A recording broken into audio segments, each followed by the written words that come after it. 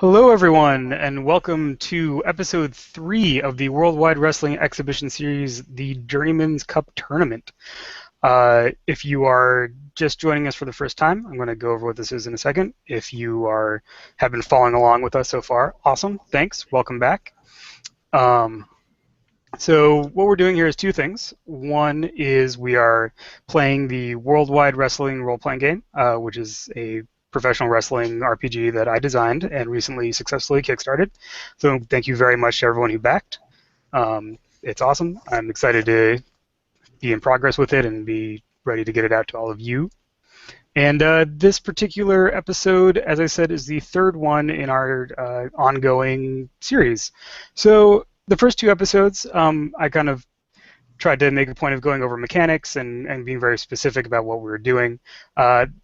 At this point, I think we're going to play a little more loosely. If something comes up that we haven't gone over before, we'll slow it down and talk about it. But this is going to be a little more of an example of just just this group of wonderful players getting together, playing another session of this game. Couple other notes. I recently moved, which accounts for this stack of boxes behind me. Enjoy the decor.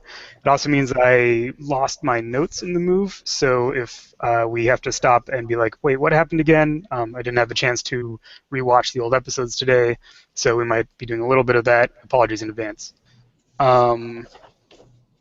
And if you are just joining us, or just to refresh, the kind of fictional frame of what we're doing here in the Worldwide Wrestling promotion is the Journeyman's Cup Tournament. This is a bracketed, multi-stage tournament where the winner of the full thing gets the Journeyman's Cup, which is a desired award that means the holder of the cup can book themselves a match, can challenge for the Pan-Oceanic Worldwide Wrestling Championship, or the POW belt, at any point while they're holding the cup. They set it down and issue a challenge and schedule the match. It's not a run-in, Money in the Bank kind of thing. The wrinkle to it is anyone who holds the cup can be challenged for the cup as well. So the tension of the dramatic tension of that is, do you cash it in quickly so that other people aren't coming after you for it, or do you hold off for that perfect opportunity and then you're a kind of a fighting champion kind of person? So that's what's going on in the broad picture of things. We are rejoined by 3 characters and players that we've seen before, and we have one player and character new to this game who I happen to have played with before as well. So that's what we're going to go over now. So our cast tonight is going to be Jason playing Professor Atomo, Joe playing Joey Crack, who we'll introduce in a second, Matthew playing Razer, Razer Johnson or Jackson, I forget your last name, may not matter. Jackson. Razer Jackson, right. And Rohit playing Bolt Bradshaw. So, Rohit, at the end of last session, you had gained some advances, right? I did. Yes, I had 2 advances. One because my audience hit +4, and once because I ended a feud with Blind Man. Right, because in our Heat questions, you guys kind of stacked up on a bunch of those, and we kind of came in, we discovered that we kind of came in at the end of this feud that the two of you have been having. So right. that tournament bracket match was kind of the blow-off to that feud. Great. So this means there's a list on all the character sheets, the gimmick sheets of things you can spend your advances on. If you're not familiar, you can go to the playtest materials page at ndpdesign.com/playtest and check out the materials there, which are basically the rules we're using for this game, by the way. We're kind of sticking with what's currently available, and not that anything really has changed, but some little details changed, but I'm not trying to bring those into this. Anyway, so yeah, you have a list of things that you can spend advances on. What are you going to spend your 2 advances on? My first one, I'm going to add +1 to my real stat, bringing it to 0. And my other advance, I'm going to pick a move, and I'm not going to pick it from my own gimmick, but I'm going to take it from the Technician's gimmick. And it's sportsmanship where I can shake hands with another wrestler, and depending on whether they reciprocate or not, we can both get bonuses from that.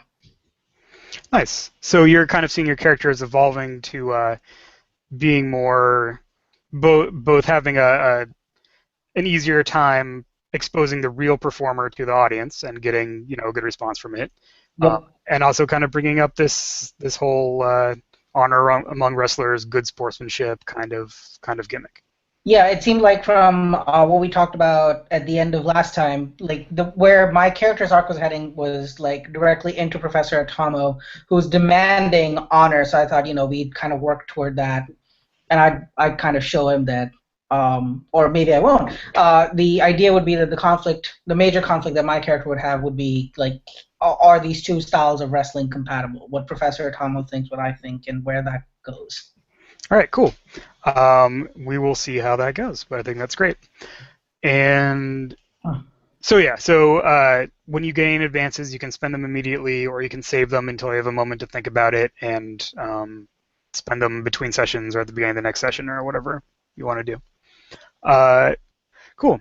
And the next bit of business is introducing Joe and Joey Crack. So tell us about Mr. Crack, Senior Crack, perhaps. Joey Crack is an arrogant, overblown, overconfident, and generally unbearable character. He makes his way from parts unknown Las Vegas. He thinks the world revolves around him, because why wouldn't it? He's the greatest there ever will be. He's also a terrible coward. No way. Sorry, a little bit of business here. Great. So we're going to. Sorry, I think my mic bugged out for a second. Okay. So we're going to go ahead and do your heat questions. Those of you who've held with us, you've seen us do this a couple times, so we're just going to do it and not talk through every single second. So Joe, you go ahead and pick 3 of your 4 questions and just ask, ask one. Someone will volunteer, and we'll kind of talk about what that means for your 2 characters. All right. Who's jealous of my rapid rise?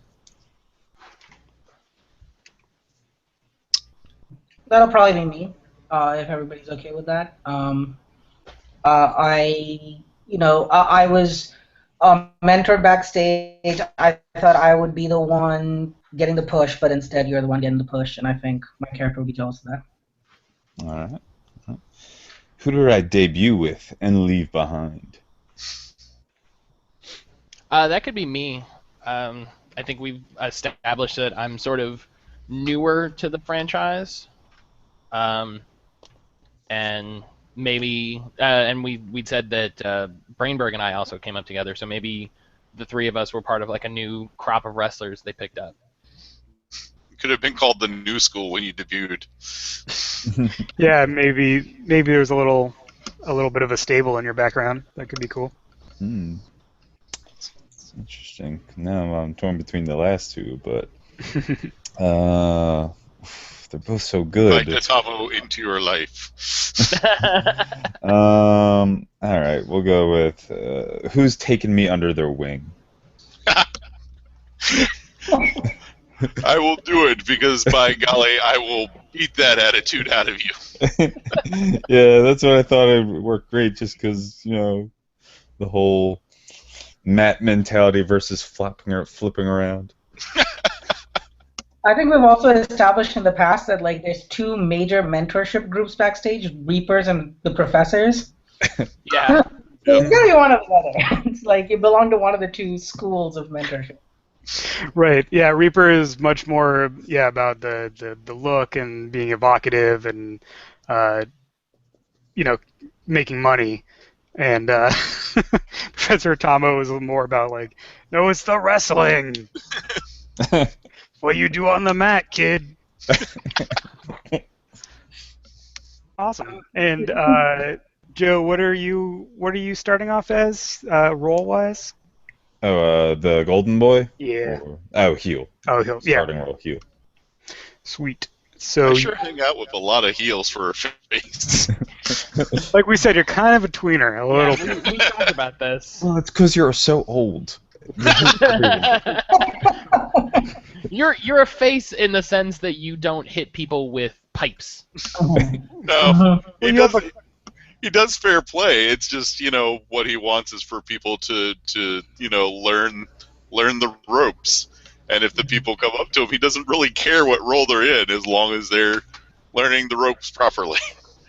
Well, it's all about causes, means and means and ends, means and ends. So at this point, your means are still pretty good, even if you have some questionable ends you're putting them towards.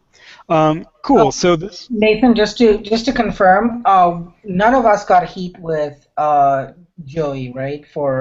He's the only one who gained heat out of all the questions. Right. Yeah, that's kind of the. It gives you somewhere to grow with the with their characters in play, and just is easier to keep track of. I believe in you guys in terms of building heat. I think you can do it. Oh yeah, no, just to make sure. Like, Yeah. And Joe, you go ahead and take an additional heat with all these guys because they're all actually faces at the current All right. So. I'm the only bad guy.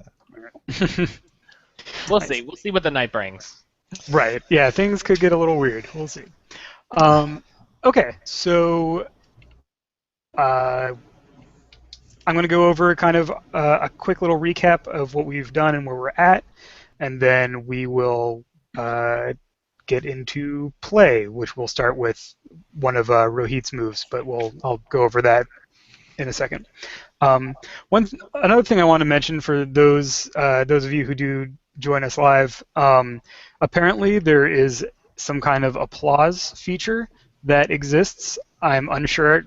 I think it should be turned on. I'm unsure how the interface works, but if you see the ability to applaud for things and stuff happens and you think it's cool, click the button and I'll see if anything happens on our end. I actually have no idea how it works, but it exists. So just throwing that out there, a little interactive feature in case anyone's feels compelled to use it. All right, so in the tournament, this is where we're at. Our first round results were in another piece of paper or another note that I can't find right now. They're there. Sorry. Okay, so our first round results were Razer Jackson lost to Aiden Anthony. Aiden Anthony is a preppy East Coast, self-righteous, kind of vaguely nautical themed guy. Boat shoes. He beat the hardcore gentleman in advance, so he is in the second bracket. He will probably pop back up at some point. He is not. He is a non-wrestling character, an NWC, so he's under my control. Reaper beat Brainberg in our first round. Brainberg was the jobber character who made Reaper look awesome in that match. And Reaper also had some antics last session. He is not joining us tonight. Strash could not join us tonight, but his influence will be felt. All you Reaper fans out there, don't worry. Also, at the end of last session, Bolt Bradshaw took the win due to interference from Professor Atomo in his match against Blind Man Simons. Professor Atomo, driven to a rage by these high-flying antics, interfered,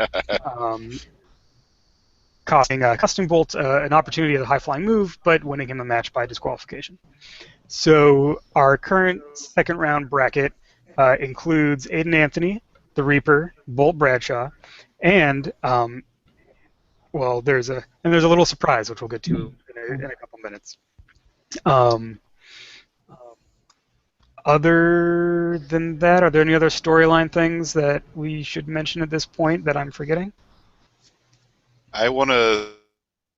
Reaper kidnapped Razer at the end of the match last episode. By the way, he took him and physically carried his skulls, carried him away to the abyss. So that's the last that we saw of Razer on the show.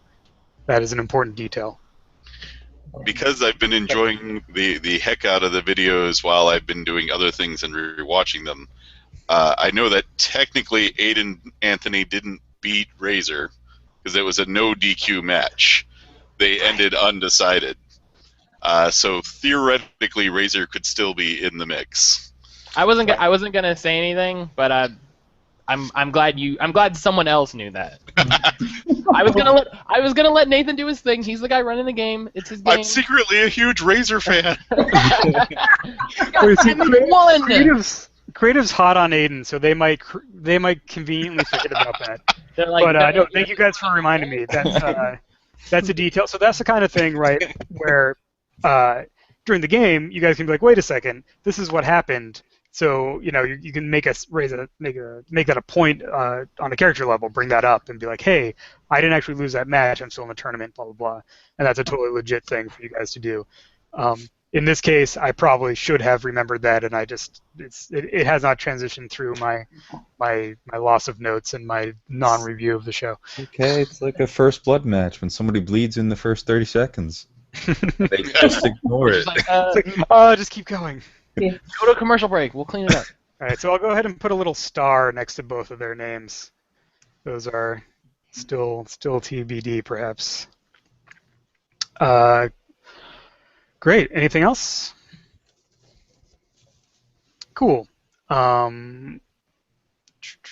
So we are going to. There's one move that comes up fairly frequently once you get out of the first episode or so, and that's the over move, which is a top of the card move. And what that means is whoever has the top spot, which is whoever has +4 audience, is over. They're the hottest thing in the promotion right now. And so you get a special move that you make at the beginning of the show before we actually get into the fictional beginning of the show. It's a little bit of it gives you some options that then you can kind of use throughout the show to benefit yourself. So Rohit, you get to make that move, and you simply roll plus look. All right, my look is 1, and I rolled an 8. All right. Cool. And you also gain 1 momentum just for being over, so you can make that note. I will gain a momentum. All right, so you can demand and be granted any match you want. You can call out anyone on the roster to explain themselves to you or to the audience, and you gain a heat with them, or you can gain another momentum. You don't have to make that decision right now. Okay. You can wait to use it during the show at some point, but if you don't use the option, then it just kind of disappears, and you just never had a good time to do it. Okay. I don't think this needs to happen right now, but I would like to call out Professor Atomo to explain himself. And this, you can decide when you want it to happen, when it makes sense in the show. Okay. Or you're welcome if you see the perfect opportunity to be like, oh, I'm doing that call out now. So Okay. Kind of either of us can trigger it. Cool. So we know that's going to be coming up. So we know what everyone else is doing. Joey Crack, what have you been up to recently? What's the last thing that our viewing audience saw of you in the ring or backstage or? I've all right. So, the last they saw of me, I just ended a feud with, I cheated my way in ending a feud with my long rival, the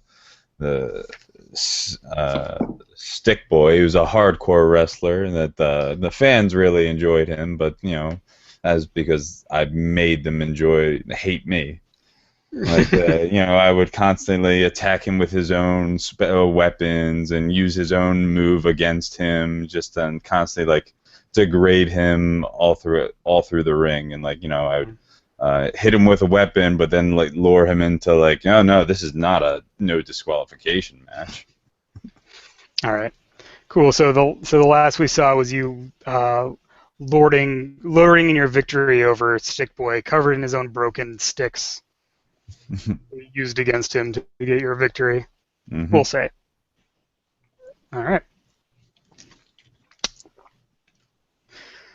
Cool. So let's get started.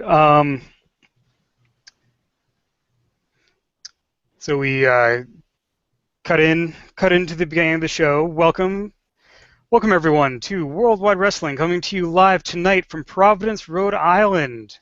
Very excited to be here. We have the next stage in the Journeyman's Cup tournament coming up for all of your enjoyment. But we have some breaking news that we're just getting from backstage that we think actually has a direct bearing on the tournament. We're gonna go backstage right now. We cut to a backstage little vignette setup, and Professor Atomo's there, and you're being interviewed by Tina Tahini, backstage personality, broadcast professional, and one of the top bookers of the show backstage. And so she's sitting with you. It's not like the standing like mic in your face thing. It's more of the it's like the two like directors' chairs like pointed at each other, with like the velvet backdrop with uplights on it behind you. How are you dressed?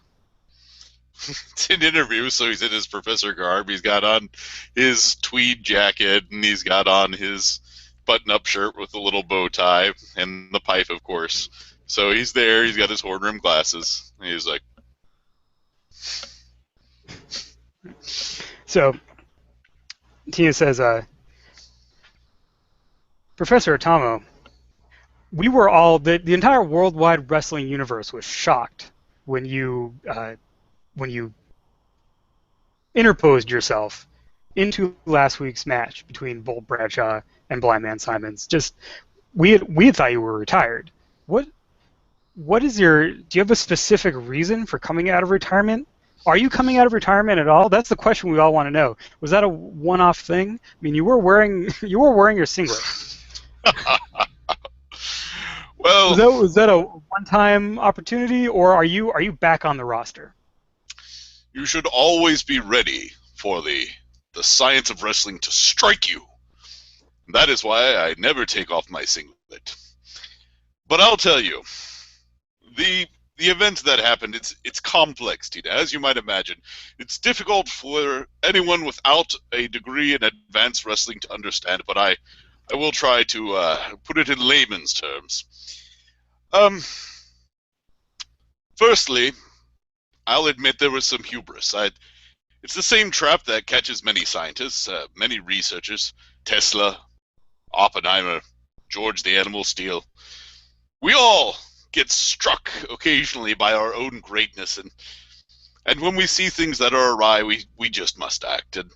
And seeing Bolt engaging in his acrobatics when I knew that he had the capacity to be a real wrestler, to see him demeaning the sport was too much for me.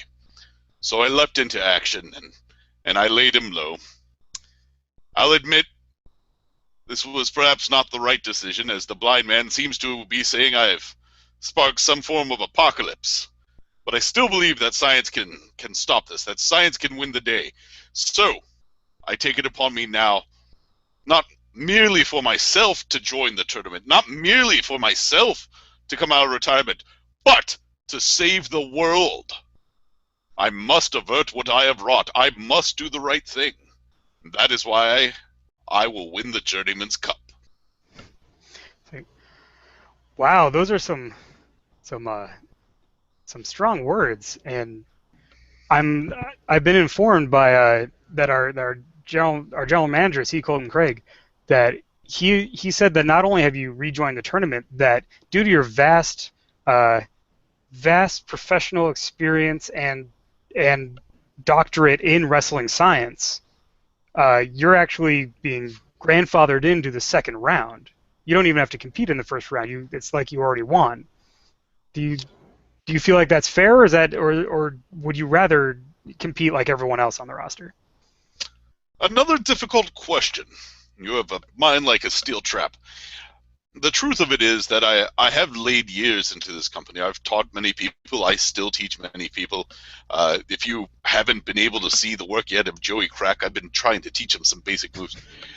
But the truth is that I would never shy away from competition. I would never shy away from having participated in the beginning, but at the same time, the end was a bit of a foregone conclusion. So, while I admit it's unusual, I do believe it is the appropriate amount of respect for a man of my stature.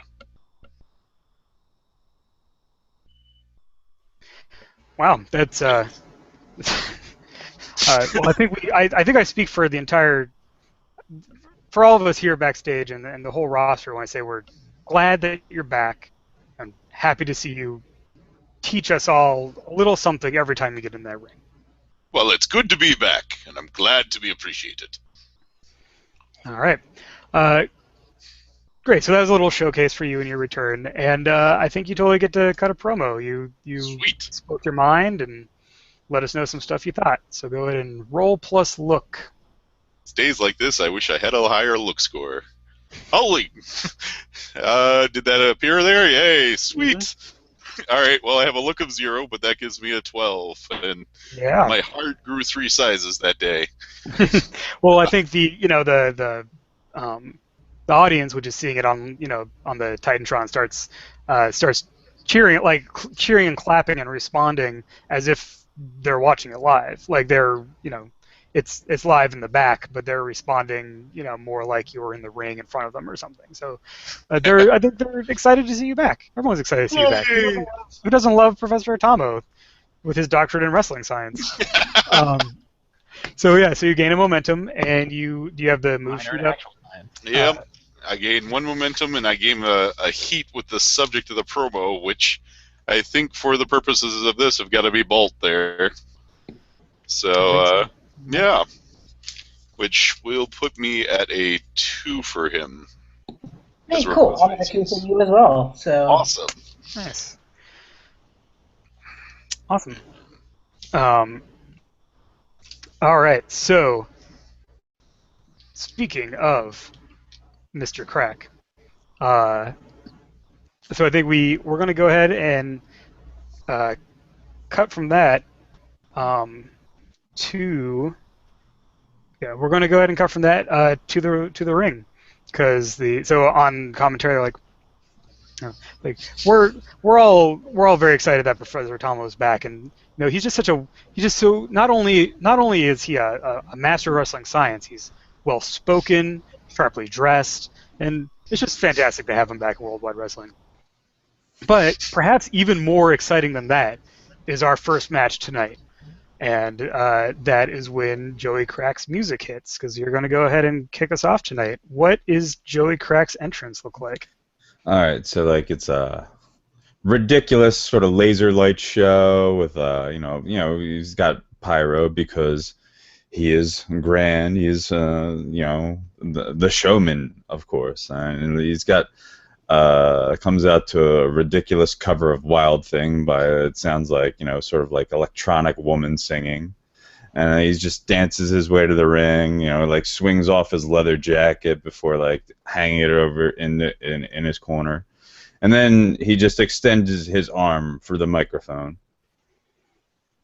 All right, and you, like everyone, you always have a mic available. So you grab the mic and first, I'm holding it and then clapping my hands. It's wonderful to see that this company cares so much about ancient history and that we're so willing to welcome relics back into the ring. Relics that have so much to teach us, or at least they thought they had so much to teach us. But there comes a time and a place when these relics need to be kept in the museum that they were once put in. I suppose it's sort of a gift to allow the professor back into this tournament, but it's just a shame that he's only going to be around for maybe 1-2 matches, because the professor doesn't have anything to teach anyone anymore. I mean, don't get me wrong.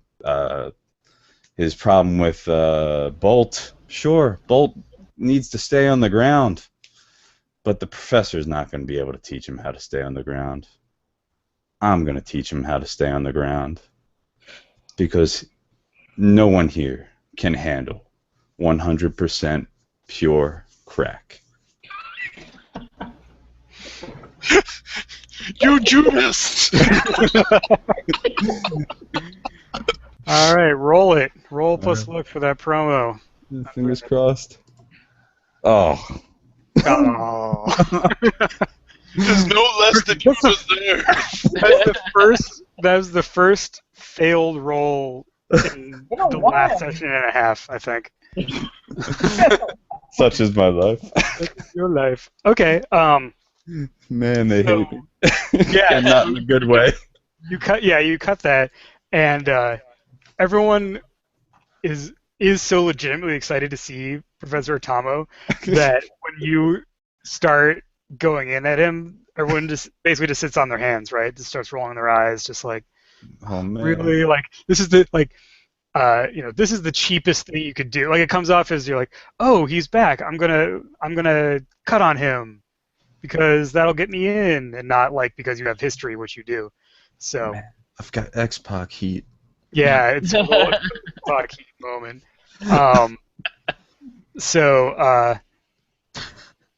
Okay, so the ring announcer, you cut that, and like there's a couple scattered boos, right? But most everyone's just like kind of like, I think an Atomo chant starts, like they'd rather see him than you, right? So there's like Atomo, Atomo, Atomo. That's when the ring announcer cuts in and he says, "Ladies and gentlemen, I've just been informed that this match has been turned into a due to circumstances from beyond the grave. This match has been turned into a I need to think of something good. So it has been turned into a graveyard match." And that's when Reapers, fog, and lights hit, and guys in the skeleton, is that what I forget what he calls them? He calls him the bone. And guys in the bones outfits start coming out, like flooding out from the ramp and surrounding the ring, and then they all turn and look at the top, and that's when Razer makes his reappearance from wherever Reaper had taken him. So the bones, Joe, these are like Reapers, like little minions, and they have like black jumpsuits with little like bone, like crossbones and little like bone details and stuff. And like he usually comes out and they're like carrying him, or they're carrying stuff, or they're doing things for him. And what's happening here is that they've turned this basically into a lumberjack match, but you're surrounded all by enemy bones and not by the other wrestlers. So Matthew, what do we see? What happens when Razer comes back? Because everyone's expecting Reaper to come out. Yeah.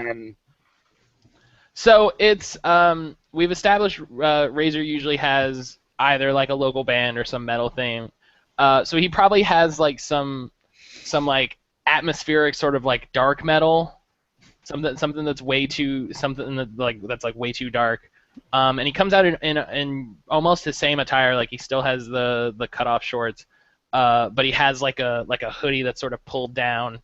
And there's no lights, there's no nothing's happening. He just sort of comes out and he gets to the top, and he just sort of like pulls his hoodie back, and now he has like this super cheesy like skull face paint, like you would get at like the fair. Like it's super bad, and it's starting to run where he's sweating because of the lights. But like playing it totally straight, like just total dead face.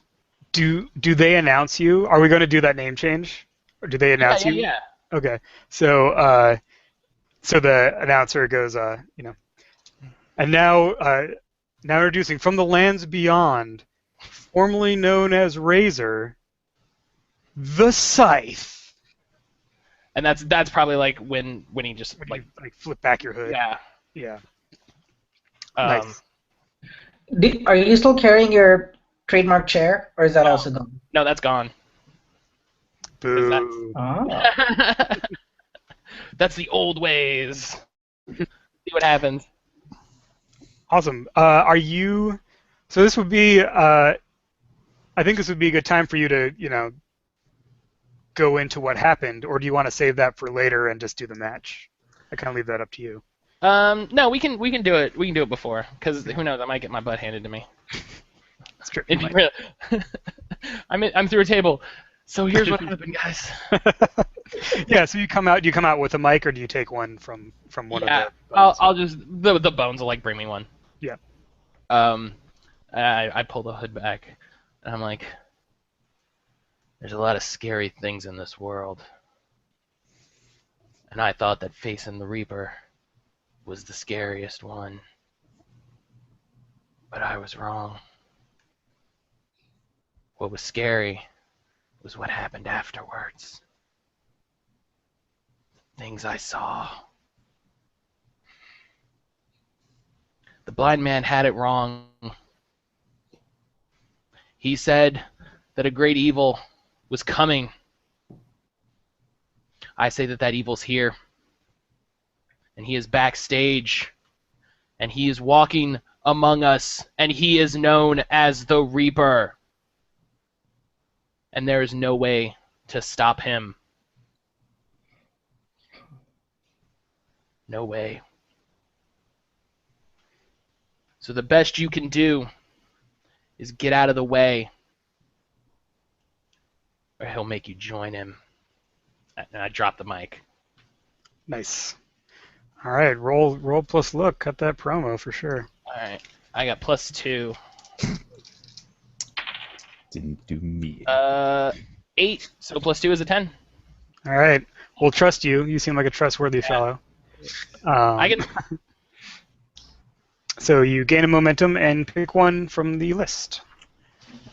Oh, lordy. I should have been looking at this. I am going to take 1 momentum so that I have 2. Nice. Awesome. So the crowd, starts chanting. Like at first, there was a little bit of like people were cheering for you because they're like, yeah, you're back. This is weird and cool. And then you cut that promo and it's like creepy as hell and awesome. And so it's just there's a moment of silence, and then just one person starts going, Reaper, Reaper, and the people start picking it up. And the bones all like just stand perfectly still and wait for you as you go down and like slide under the ropes or whatever you do to get into the match. Yeah, and I'll get up on the rope and I'll do the crossbones. Yeah, you do the crossbones. Yeah. Yeah. Nice. You have to. Yeah, for sure. So they're not they're not cheering for you, but you've officially cast yourself into that mouthpiece kind of role, which is cool. So, awesome. So I think in this case, so you're going to be up on the corners doing the Reaper crossbones sign, which I think means, given my understanding of his character, I think we'll start off with Joey Crack having the control here, because it sounds like you probably take advantage of someone having his back turned to him, huh? Oh, of course. Yeah, I would. And do either of you guys want to volunteer to announce, Rohit or Jason? I'd like to announce Joe. Yeah? Just in case my... Sorry. Yeah, I know Rohit actually has been wanting to announce, and I am happy to cede the mic to him because I owned it practically for the entire match. Yeah, okay, so Rohit, you're our announcer for this match. You were so good at announcing, we had to let you wrestle. Right. We'll see how that goes. So yeah, even before the match starts, the announcer is going to say, "Can you feel the chill in the air from parts unknown? Can you feel that wind blowing? This is a graveyard match now. You've only seen this twice before, and it doesn't leave you feeling the same way." Definitely. So cool. The bell rings, or well, so Joey, you start off. The bell's gonna ring once you hit him or whatever you Oh, do. of But course. All right. So like, yeah, start us off. What do you? yeah, while his back's turned and he's like looking, I'll rush up. I'm just gonna like, rush up behind him, like give him the most devastating move of all time, the back rake. Before like, as he's like arching his back, I'm gonna like grab his head and like rake his eyes across the ropes. Really digging into him, or digging Right. him in there. The ref comes over and starts doing the count. Like get him off the ropes. 1, I've 2. got till 5. Yeah. But then, and then, I'm gonna go for like a Russian leg sweep before, I try to make my way into like lock him into a figure four, to try to like, ease on the pain. Right. Punish him early. Yeah. So Cool. I think this like I want to like do like just a. Would this be a roll, or is it not really that difficult to manage? Is this going to be a big thing, or are you just going to crank on him for a little bit and then go into the real starting off point? It could be. I think. Yeah, probably. Yeah, do it's like no, do more like a couple like leg DDTs. I want to work him over some more. You're working on his leg. You're dropping your elbow. You're pulling on it. Cool. So Scythe, how are you taking this? Are you just letting him manhandle you, or? I'm probably taking a page out of Reaper's book, where he's doing it and just no selling hard.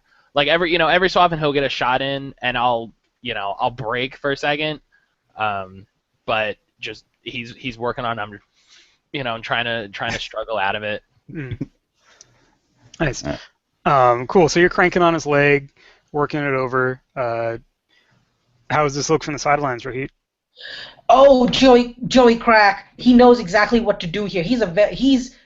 He might be new to the ring, but he knows exactly how to beat his opponent. He scouted Razer for a while, but is this the same Razer? Razer doesn't seem phased at all. This is not the Razer that we've seen before. What has Reaper done to him? He's trying to break down that leg, but does Razer even need his legs anymore? We have no idea. Cool. So where does this go, Joe? All right, so yeah, I'm working over the legs some more, and then finally I'm gonna grab like both legs and look back and forth, and that's when I'm gonna like try to like heft him over with like a wheelbarrow suplex, trying to like trying to toss him over the top rope into his the boneyard minions. Awesome. Man, that sounds like that could be any of them. Is there a particular stat you're aiming for with that? No. Sounds like it could just be work. You're just kind of you're snapping him in the suplex. Unless this is like this like a signature thing you do, this wheelbarrow suplex? Oh, it's definitely not a signature thing. It's definitely not. No. Right. Cool. So it sounds like work to me. All right. Cool. Oh, Jesus Christ. All right. Rohit could save you there if he felt like it. But... I mean, I think I'm gonna put this move over. Oh, you are? All right. Yeah. Thank you very much. Cool. So call it. How does it go? So you do the wheelbarrow suplex, and the announce team is like, Joey Crack using that classic move, a classic suplex, but you can see the bones outside. They were calling to Razer the whole time. Cool. I don't know if Joey's done him a service or a disservice, but that move, that's gotta hurt. But now Razer's in the company of his bones, and he's regaining his strength. Right. I'm seeing visually, you hit him with the suplex, and he hits the top rope, bounces over onto the bones, right? And the bones catch him and soften the fall and put him down on his feet, because they're his guys. Right. Cool. But you still, because you got put over for that, so you count as hitting on a 7 to 9 instead of botching. Right. So and here's how I'm gonna back off and see narration, but so I don't see them catch him, so I'm just like strutting around the ring, and legs like that's right, thinking right. I've and you start getting some boos. Yeah. Yeah. Reaper's in a weird spot where he's in one of those like he's a bad guy, but people really like him, right? So you're also a bad guy, but people don't like you. So in this matchup, you're getting a lot of the heel heat. Cool. So you're gonna seed narration, but you gain a momentum. Oh. Awesome. So it goes to Matthew. All right. So the bones will catch me. They sort of set me down. Joey's getting around strutting. I'll dive back under the ropes and just sort of stalk him for a minute as he's sort of gloating. I'm just sort of standing there watching. And I'll probably telegraph it a little bit because I figure I'm taking some cues from Reaper's movements, but I still, I haven't nailed it. So I sort of crouch down and I sort of like telegraph the spear a little. I can't just go from 0 to go. So I sort of I get on the balls of my feet a little bit, and he's gloating. He turns around and I just wail him. Nice. And I'm not even like wrestling him. Like I spear him, and as soon as I get him down, I just get on his chest and I'm just wailing on his head. just I'm just beating him. And it's not really anything fancy or showy. And go ahead. Yeah, so that's awesome. So there's just a spear, not from out of nowhere, but the sudden shock. Did you want to build this to something else, or is this the big move here? No, I was thinking like eventually the ref will call me off. Sure, yeah. So you're in there. He counts. He goes to 4. Well, do you get off? Do you take the entire time that you have, or because no, you're probably still a babyface? So yeah, I'll probably wait till like 2. Mm-hmm. Like I'm just kind of mad, and he's like, hey, and I'm like, all right. Yeah, so he does the thing where he like actually like puts his arm around you and pulls you, and so you get pulled off. Right. And Joey gets to recover a little bit in the corner. Where does it go from there? I'm gonna try. I don't remember what my stats were.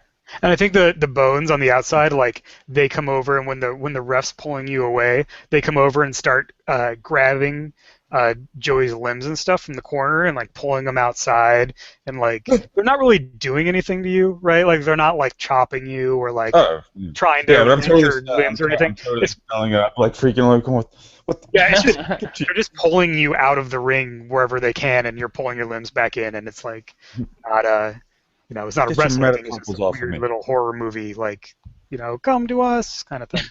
Yeah. While they're messing with him, like he's up in the corner, and I imagine like they'll have one of his arms back, and the ref pulls me away, and I see that he's sort of caught for a second. I'll run and do like I don't even know what the move is called, where they jump and sort of do like a clothesline into the corner. Mm-hmm. Kind of like a stinger splash. Yeah. Or splash. Yeah. He's stuck in the corner, and I just and I just push him into the corner. Right. Cool. That'll be the move. Awesome. Roll it. Are you rolling? It sounds like this is look mostly. It's kind of just about your settling into this kind of new thing and just being obvious and weird. Yeah. That's 4. Plus look is only a 6. Would you like to put over? Do you have momentum to spare to make it a 7? I've got 2 momentum, so I'll spend the 1 just so I don't botch. But I will. I'll give it back to Joey, and I'll get that momentum right back. All right. Perfect. So the announce team goes, "It's a spear, Razer with a spear out of." When he turned around, he must have folded Joey in half. On a splash! Oh my God! Razor's taking the offense straight back to Joey. And maybe the bones actually, once you splash and kind of like your arms are hanging outside of the ring, and they just grab you and all push you at the same time to propel Joey like back into the center of the ring. Yep. All right.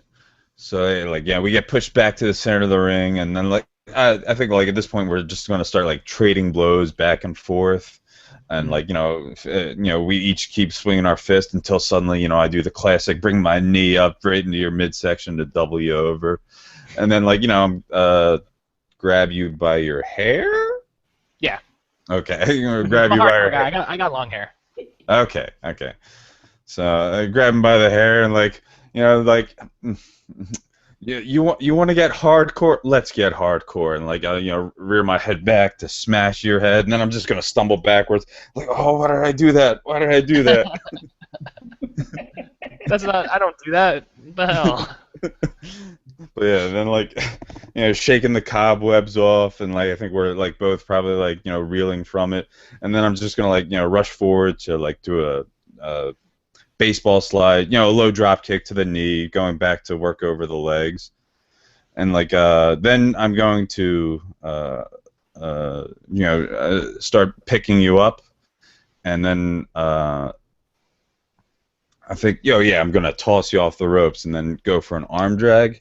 And at this point, I like want us to like do like try to work over a series of like constant reversals, like you arm drag me, I arm drag you, like then going into like the constant pinning reversals. So like I want to try to like wrestling in the middle of the ring. Yeah. So I want to try to like the roll plus heat on this. Okay, yeah. So you guys do the you just do this extended wrestling sequence right in the middle of the ring, and I think we'll go ahead and roll. All right. So roll plus your heat with him. All right, that's 11. Hey. I rolled something other than a 2. Other than one. There's more than ones on those dice. Those wonderful virtual dice. Great. So, I'm just going to add the bones have started coming up and reaching their arms through the like underneath the bottom rope and like onto the mat, and the ref is going around trying to kind of shoo them out, but he's like afraid of them, so he's not really doing that much. And so that's one reason why you guys just have this like big mark of time in the middle of the ring, and you're just doing these crazy reversals and stuff. Go ahead and take your pick your reward there, the momentum, where you can gain another heat with Razer. I'm going to gain another heat with him. Yeah. And Razer, how are you executing these reversals and wrestling stuff? Because this is kind of not either of your deals. So yeah, it's probably a little clunky. It's basic stuff. It's stuff they taught us in camp or whatever. But I just don't do it that often. Yeah, that's it. In wrestling school. Yeah, in wrestler school. Yep. You were reborn though, so. Right. I skipped wrestling science. Played protein during the science. I went to 2 classes: wrestling lunch and phys ed. And wrestling with tables and. Yeah, I went to wood shop. That was pretty much it.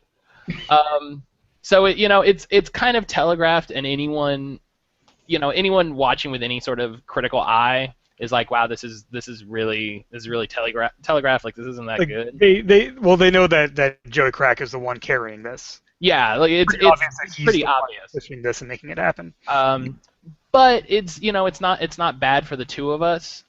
I imagine at a certain point though, I just sort of get sick of it, and when we're doing one of the reversals, I'm supposed to do a clothesline that he'll reverse, and instead I just switch it to an elbow to the face. So I'm like coming off the ropes and just like, because I'm evil now, kind of, maybe. We haven't seen. Cool. So are you spending momentum to interrupt? Taking control, or are you just adding this in? But no, I'm just giving it some flavor. I don't know if I want to take. Okay. I don't know if I want to take over. Joey's pretty good at this. I'll let Joey know how I win. So does he? How does that go down? Do you take his elbow to the face, or? Oh yeah, totally. Yeah. So I take the elbow and stumble back, and but then like I get too close to the ropes, and like the skeletons are grabbing at me, and I'm like, Jesus Christ. and that point, I was okay with him actually taking control without spending the momentum. But so you then you can you have the option to just be like, go ahead and take it from here, like. It can be Okay, so I got an idea. So like, then like we'll rush at him, then like try to like take it back to the wrestling science, which I was taught, although I eschewed my mentor, and like go for the collar elbow tie up, and then I'm gonna try to like move him into suplex position and lift him up, and then like do a snap suplex actually, and then try to like roll over Eddie Guerrero style and do it again, but like and then like the third one I would try to lift him up and then bounce him off the ropes just to drop him back down on his face. All right. So, That's a cool move. yeah, so that I think I'm going to be doing roll plus work. Yeah, that's totally a plus work. All right. Bam. 9. Yeah. Can I spend a momentum? Make that a 10? Mhm. Awesome. That's what it's for.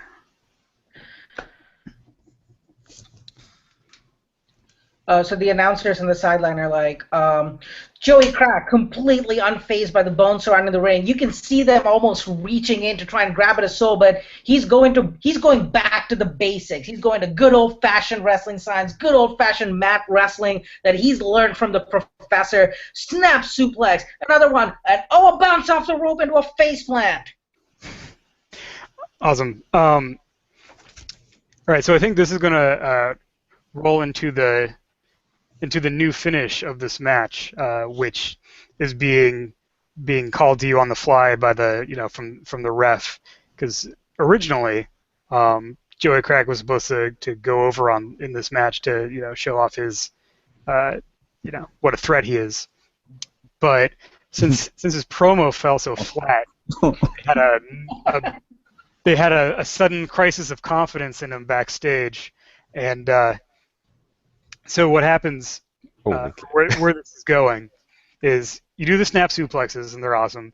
You grab him in the suplex position and snap him back against the ropes, for him to bounce off. When he hits the rope, then some of the bones grab Razer and start pulling him to get him out of your arms, and pull him like to safety on the outside. And then you're so incensed that you go through the ropes to try and get him, and that's when all the bones just swarm on you. Okay. And that is what has been called to you. If we just go ahead and do this, that's fine. If you want to do something else and not give in to the sudden change in booking, it is up to you to use a move or narrate kind of how you're going to do whatever you want to do, or if you want to add any other little details or any other stuff you wanted to get into this moment. All right, so okay, yeah, I had the plan to spend the momentum to activate that heel move. So as like they're trying to like pull him back off the ropes, I'm gonna like I want to drop down into a neck breaker, but then like or no, like they get him on his feet, but then like I managed to roll him back through with a handful of tights just to like go against the creative booking. Okay, so you are still gonna get the pin. Yeah, that's the plan. Just spend. So you're doing the heel move to cheat to win. Yes. You heels. I was gonna say, I was like, man. Again, Razer has been on the wrong end of that so many times. Man, why did I pick face? You can make a turn. You're making your way towards it. So the announce team will.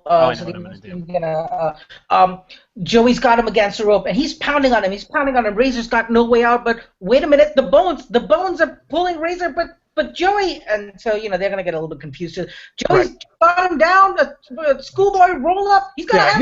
He's got tights. He's got a handful of tights. Oh my God! The referee doesn't catch it. 1, 2, 3. Oh my God! Joey pulls the win. Yeah, so the ref who himself is being kind of accosted by Bones, right? Kind of spins around, sees what's happening, and goes ahead and counts it.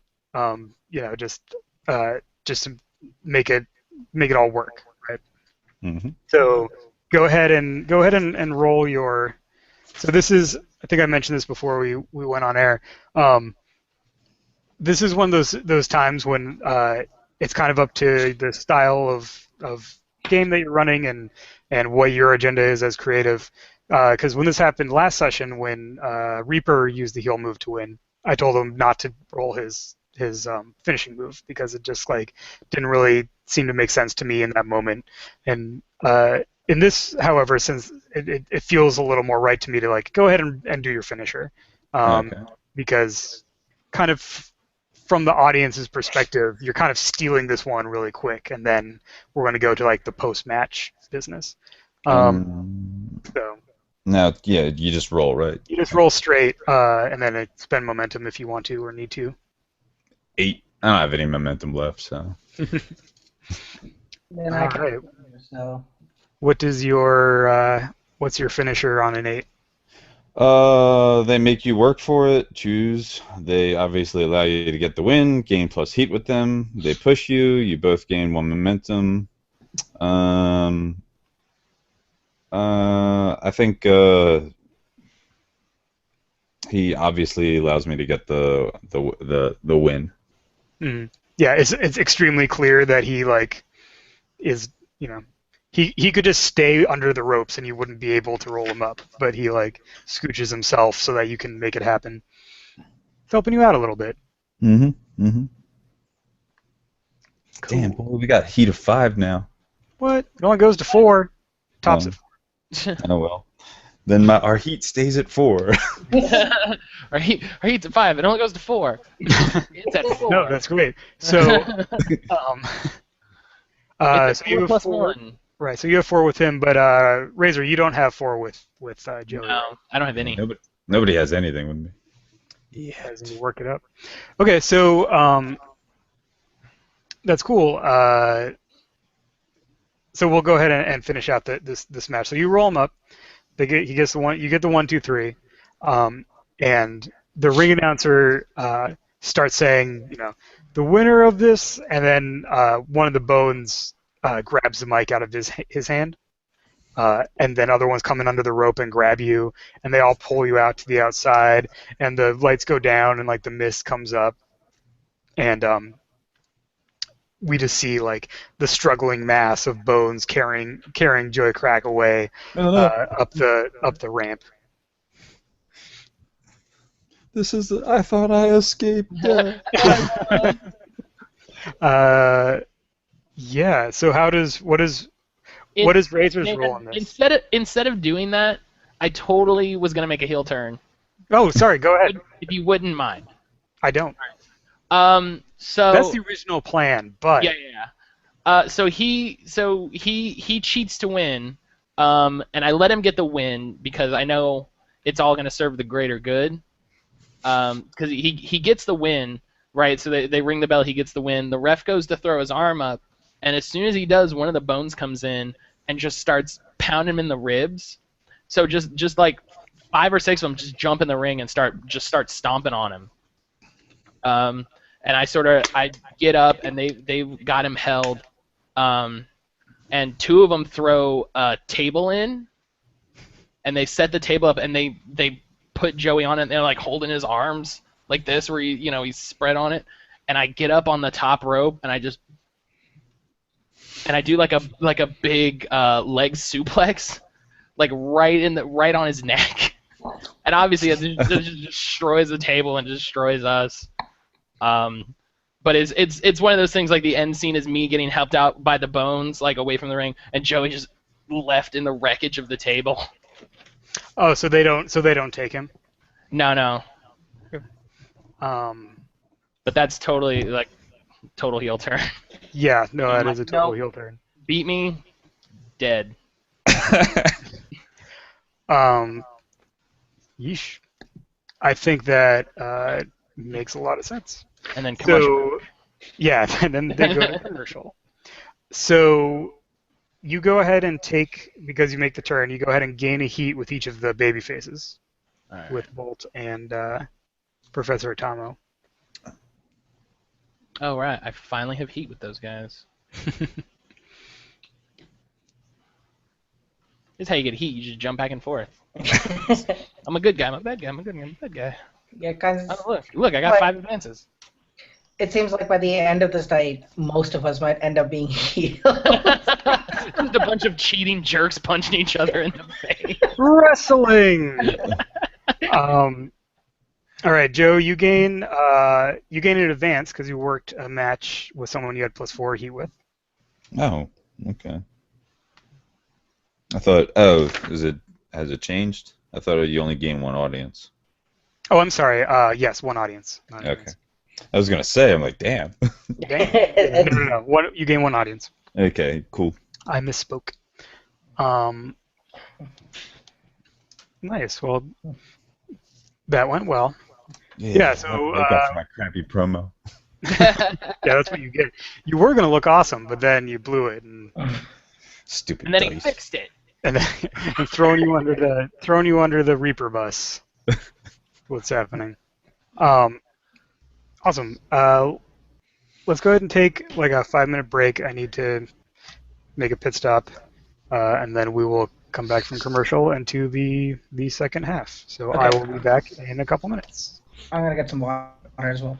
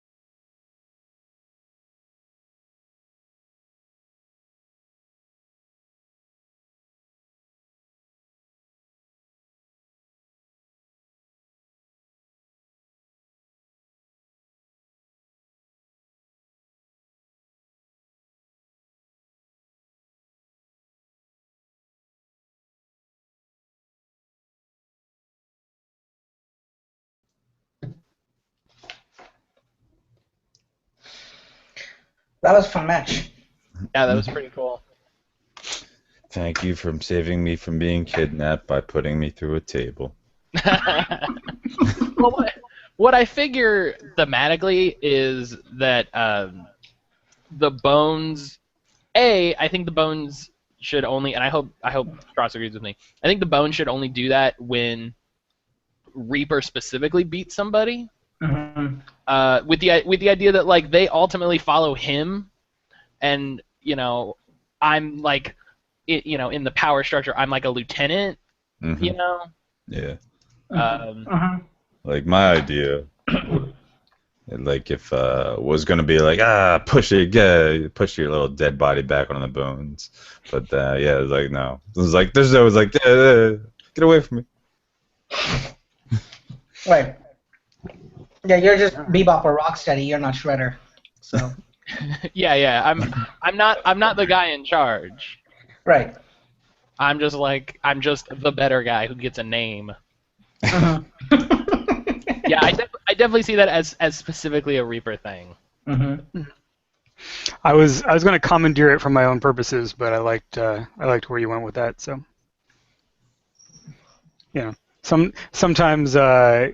sometimes creative goes ahead and makes inconsistent decisions for their own short-term goals.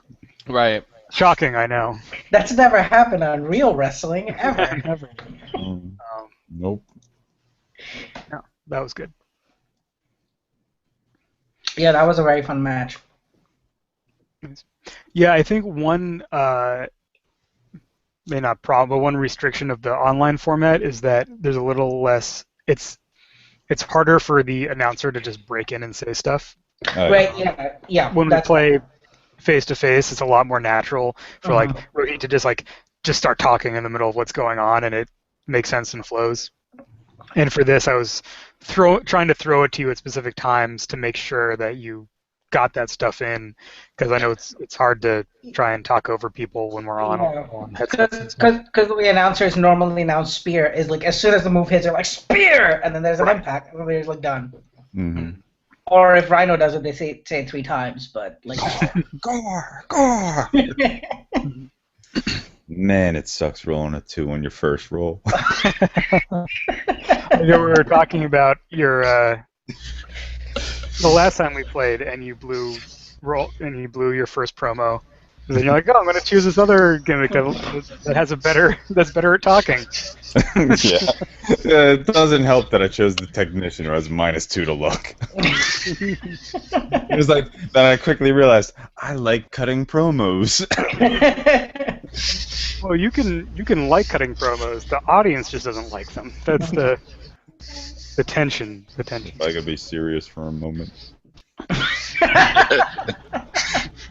That's that's what the dice are all about. I actually was Yes. writing up a little about this today. How the logic, right, is you do the thing, you say the thing, you describe the thing, and then the dice aren't necessarily telling you how well you did. They're more telling you how well it's received by the audience, by creative, by the people around you. So, you, Joe, can cut an awesome Joey Crack promo that we all really enjoy, but you blow the roll, and it's like, well, in this fictional circumstance, this audience just was not ready for it and did not appreciate it. Yeah, I totally see that happen too. It's like, no, like they're too high on the professor's little interview that like nothing you can say matters. Right. Should just come out and just start punching. I should have opened with insulting the hometown crowd. Should have went with the classic cheap heat. Should have gotten your cheap heat. It's true. Well, you still can. You haven't done it yet, so true. If you go back up, you can still do it. It's true. Insult all these clam diggers of Providence or whatever. I don't know. I don't know what you would say to insult someone from Providence. I would just act like we're in a different city. Nice. Oh, I'm sorry. I thought we were in a real city. It's good to be here in Boston. Wait, what? Oh. All you Yankee fans out there. All right. So we come back from commercial. The fog has cleared. Being stretched to the back. Yeah, you've been stretchered to the back. I don't think you've been stretchered. I don't think this was a stretchering deal. I think we just have the image of you. Well, for the live crowd, right? Like we just have the image of you, or for the televised thing, we have the image of you with the broken table in the middle of the ring, and then we come back and you're just gone. I think for the live crowd, did you want to be stretchered back, or are you cool enough to well, get it'd be yourself... funny to for the live crowd demand to be stretchered back as I step out of the ring and then lay down on the stretcher. That's pretty good. Yeah, it's a little thing that happens just for the live audience. like I can't walk back there. Carry me. Those cameras are gonna come back any minute. Yeah. I can't just be seen walking down the... Nice. Great. Cool. So we're gonna come back from commercial. While they're repositioning cameras and whatnot, is there any off-camera backstage stuff anyone wants to get up to? Is there anything anyone wants to say to someone else, or try and set something up for later, or anything like that? Or are we happy staying on camera for the most part for this? Could say mostly on camera, I think. The cracks about the professor being a dinosaur and such. I think normally he would want to have a word or two of crack about that. But frankly, the way it went over, it's like life's already done it all to you, man. You already got served kind of a bum hand with this particular show, so you're going to be the bigger man and just let him That's right. a little bit. All right.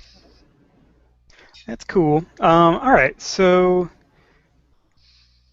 I think we will come back. The announcers are, our commentary It's kind of like between between what happened to Razer, now Scythe, and what the between what Blind Man Simon said, what the professor had to say at the beginning of the show, and now what Scythe we just saw him say and then follow up on. Is this true? Is Reaper really the apocalyptic end to worldwide wrestling? That it seems. I mean, can anything stop him? Or this is a question that's gonna occupy the minds of the entire worldwide wrestling universe as we continue on. But now we have more exciting action for you, and we are going to go to the top of the ramp where I believe Bolt Bradshaw is going to be making his entrance. All right. New fog comes in and covers the entrance ramp, and then there's a bolt of lightning, and then like I step out through the fog, so I'm coming out from the lightning, and then at this point the music is like Dragon Force. It's all over the place. It's super high tempo. And I'm jumping back and forth through the audience. And at some point, I'll get up and I'll actually crowd surf on the audience a little bit. I'll go off the ramp, crowd surf through the audience, and come back next to the ring. And I'll get in the ring and I'll grab a microphone. Awesome. What do you say? I'll begin. Professor Atomo. Last week, you and I ended the night on some sort of disagreement. And just to catch up, everybody, let's go back to that footage. And then they'll play a little vignette of what happened last week with me being on the top rope and Professor Atomo interfering in my match. I replayed that all through the week, over and over, and all I could hear was your commentary through my match telling me that I don't wrestle, I'm not here, and what I do is not part of wrestling science. Well, I'll tell you what, Professor Atomo. Thousands of years ago, science said the Earth was flat. It's not. Then they said we couldn't put a man on the moon. Then we did. Well, now you're telling me I can't be here, and I am. So I want you to come out here, and I want you to tell me what the hell is going on. All right, so you're using your top of the show thing? Yeah, I'm calling him out. All right, and you gain 1 heat with the professor. So that's part of that. Yep. Mm-hmm. And then what does Professor Atomo's entrance look like? Because I don't think we've seen that. You were only a commentary last time. You have not seen that, although he has asked him to come out in his professorial capacity. So I mean, if you don't want to do the full entrance, that's... Oh no, I'll do the full entrance. It just affects the ring attire. Well, this is going to go into a match between you. I know. It's just he's got the singlet on underneath. Anyway. Okay, right. He always wears his singlet. He's ready for any wrestling science that might happen. Who knows? If you don't see it, doesn't mean he's not wearing it. All right. So he comes out as he has for most of the length of his career to Steve Stevens' Atomic Playboys, which I only know because Jason Morningstar referenced it, and I ended up finding this cheesy '80s music video that you should really check out sometime. So the music is playing, and there's the cheesy laser effects. And he comes out with his pipe, but then he's like tap tap, and he sets it off to the side somewhere, and he strides on out, waving to people, and then he puts his hand against his temple like this, make sure everybody knows, and he strides on up and reaches out for a microphone. And hold on, I have to switch props here to something more microphone than pipe-like. Bolt Bradshaw. It's nice to see that you're up and walking again. I believe I've tried to school you several times. I mean, last year I would have thought that after our various confrontations you would have learned something. But clearly you hadn't. It's been a solid year. You came back, and you still had not learned the basics, the true science behind wrestling.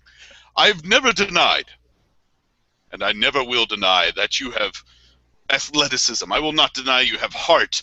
I will not deny that you have potential, but you have squandered it. While it's possible that people have learned things about the world, things about life that are profound, we've passed this knowledge on. What you're doing isn't creating new knowledge. What you're doing is rejecting knowledge. What you're doing is insisting on using rocks and sticks when we have completely suitable technology, when we have wrestling science that you could be using, and you do not. I am not out here because I'm threatened by you. I'm not out here because I think you've created something new. I'm out here because you have wasted what you could be and become what you are. You could be better. Nice. Professor Atomo, you know that from the minute I was here, no, not even from the minute I was here, 10 years ago, when I was still in high school, I saw your match, and I was there. I was there when you beat Sharkman. I was there when you won the championship for the first time, and I was there when your injury almost took you out. I felt it just like you. And when I came into this business, I had nothing but respect for you. Everything I've done, everything that I am today, I did with you as my idol.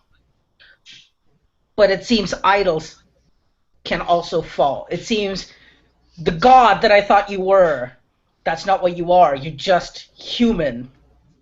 And today is a sad day indeed. Today is the day that I have to finally face the reality that the best wrestler is just not as good as he once was. Dang, man. Harsh. So that was great.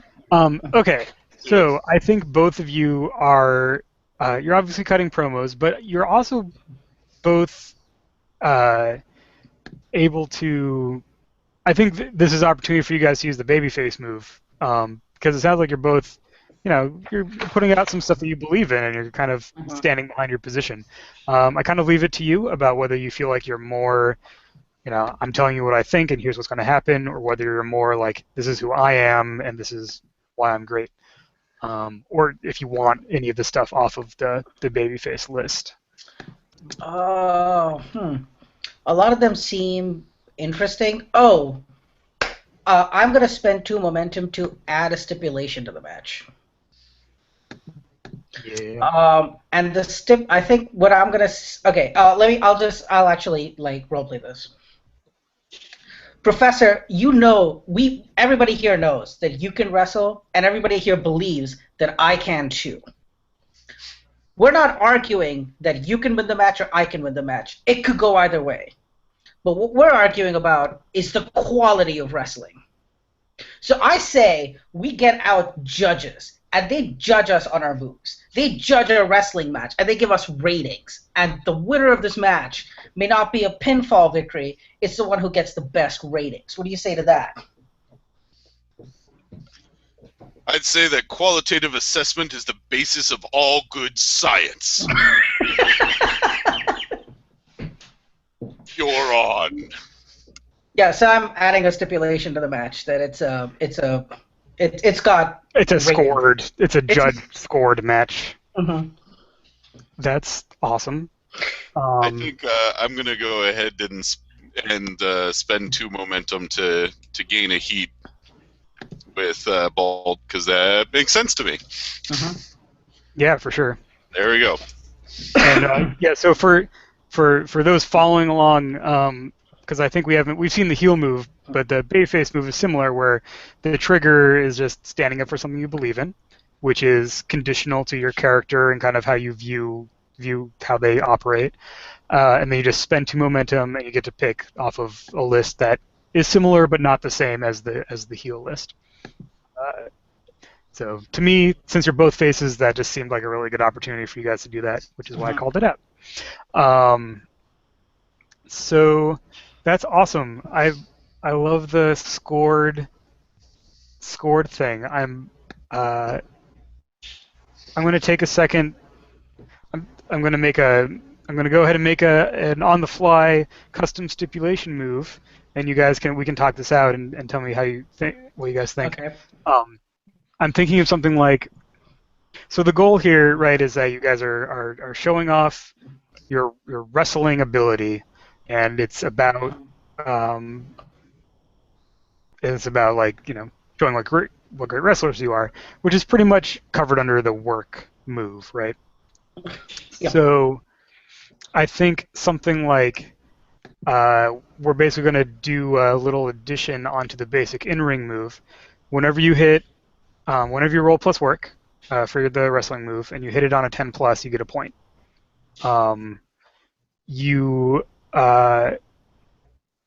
Let's see. Yeah, you hit it on 10 plus, you get a point, and when the match ends, so creative's still going to call the end of the match, but when the match ends, whoever has more points, wins the match.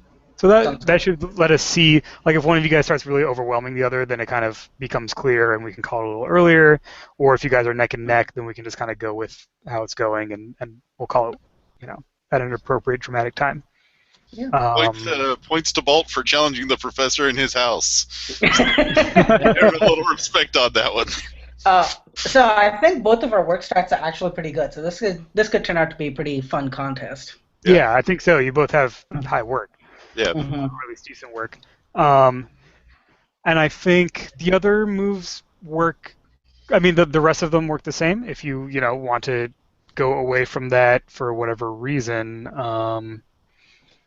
I think if I sat down and worked this out as a full custom move, I'd probably put some kind of benefit on doing things that aren't rolling work, so that you could do something interesting. But for now, we'll just if you hit a 10 plus with rolling on work, you get a point, and we'll go from there. All right. Before we start, I'd like to roll my newly acquired sportsmanship move. For sure. So I'm gonna wait for you to get out of your jacket and into your singlet, and I'm gonna get out of like any jackets I'm wearing as well. And then I'd before the reference about, I'm gonna go and shake your hand. I think the professor looks momentarily taken aback, given the tenor of the conversation before, but then he gives you the nod and he's like, "Oh."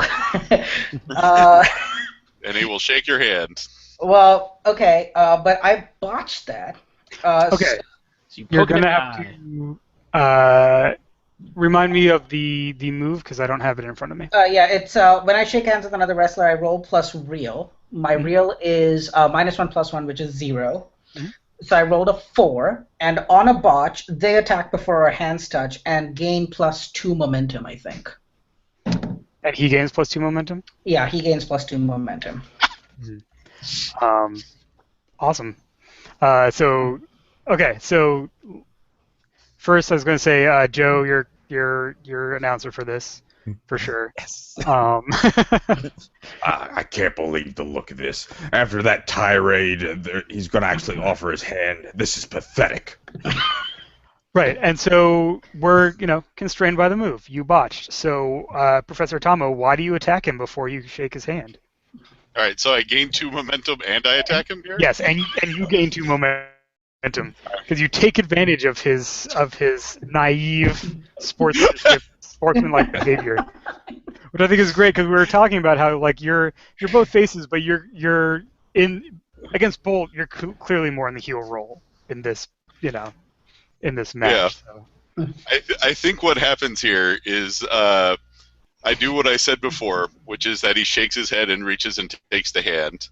And then what happens is that instead of like releasing, he actually just takes him and whips him back into the turnbuckle, right into the chest, as he had done the previous. Oh, nice. Like, And he's like, ring the bell! Now that's how wrestling actually works. You see, that's if only he had offered you a classic Greco-Roman hand clasp, you could have worked with him. But he just stuck his hand out like a dumbass.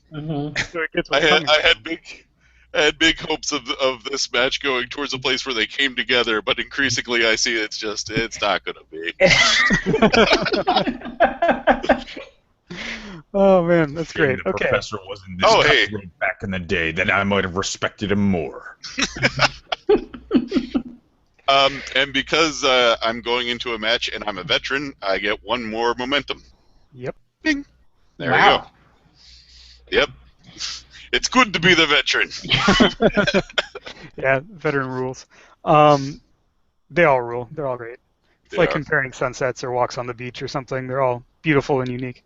Okay, so I think you clearly start off with the control here, Professor Atomo. So where does this go from here?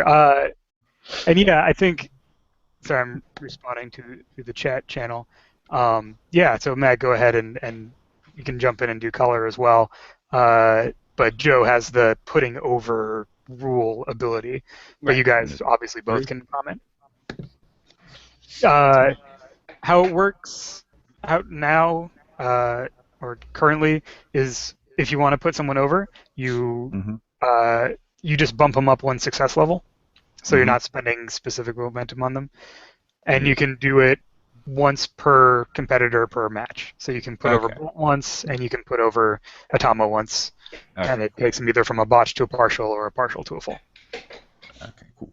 Simpler. So... Cool. Atomo, take it away. Right. Atomo starting off is actually going to showcase his wrestling skill because he hasn't been in front of a crowd for a while, and he's been talking up the wrestling science.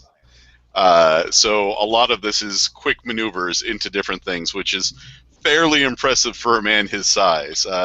He's a pretty big guy. He's not Reaper big, but he's a pretty big guy, with a bit of a gut. And what he does is he keeps on going into holds, and then as Bolt gets out of him, he just transitions smoothly into another one. So he tries to pull an arm out, and then they end up back to back, and then he tries to flip out, and it turns out he's got his arm. And eventually he ends up in his trademark, I wrote it down somewhere, in his trademark submission hold, which is the Atomo equation. And so he's got his legs locked up, and he's tapping his brain while he's waiting for the guy to tap out. So yeah, he's just showcasing his technical capacities there. Awesome. Go ahead and roll plus work for the wrestling move. He's kind of falling prey to his hubris again. Let's be clear.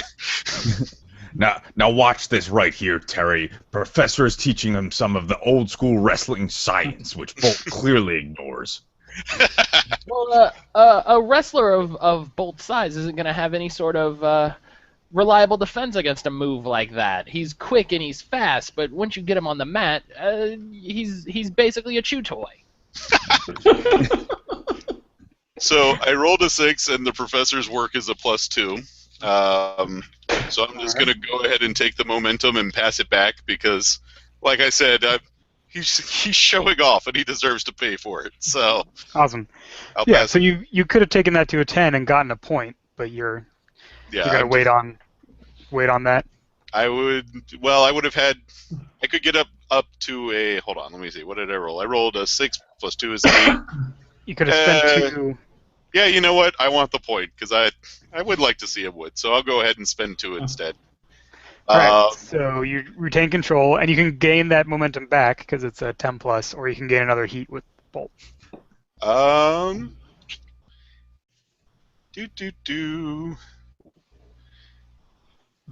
think what I'm going to do is I'm going to take the momentum on this one. I do want the heat too, but for now I'm feeling the momentum.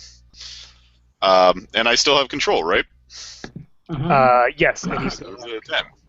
All right. So Bolt is clearly not going to tap out on this one. No, I'll eventually make it to the ropes, like just Yeah, there. he makes it to the ropes, and they push the professor back, and he's like, all right, all right, all right. He makes it to the ropes because you're spending so much time tapping your head that you have his other leg hooked, and so he has enough strength to Yep. pull himself. And then I think what happens is that he goes and bends down a little bit onto his knees while Bolt's on the other side, and then he does the bring it towards him. And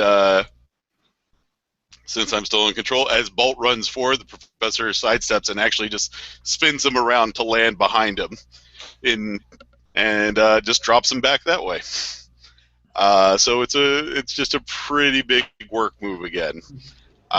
Again, it could go wrong because he's opening himself up for a spear or something like that.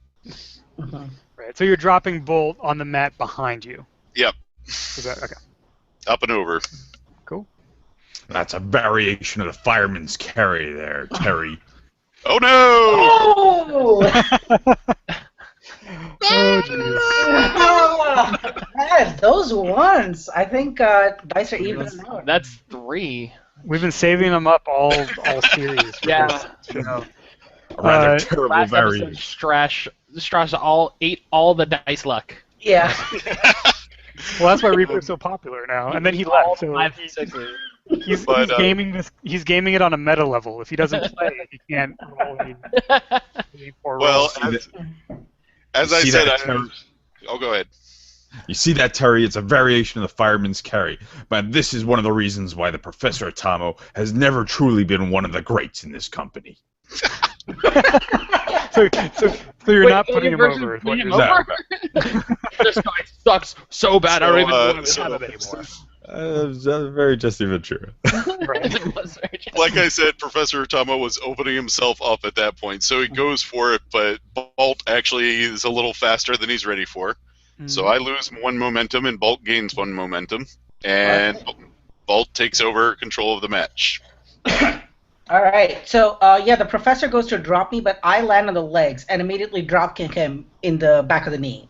Oh, my one weakness. Well, I need. And then My aged joints.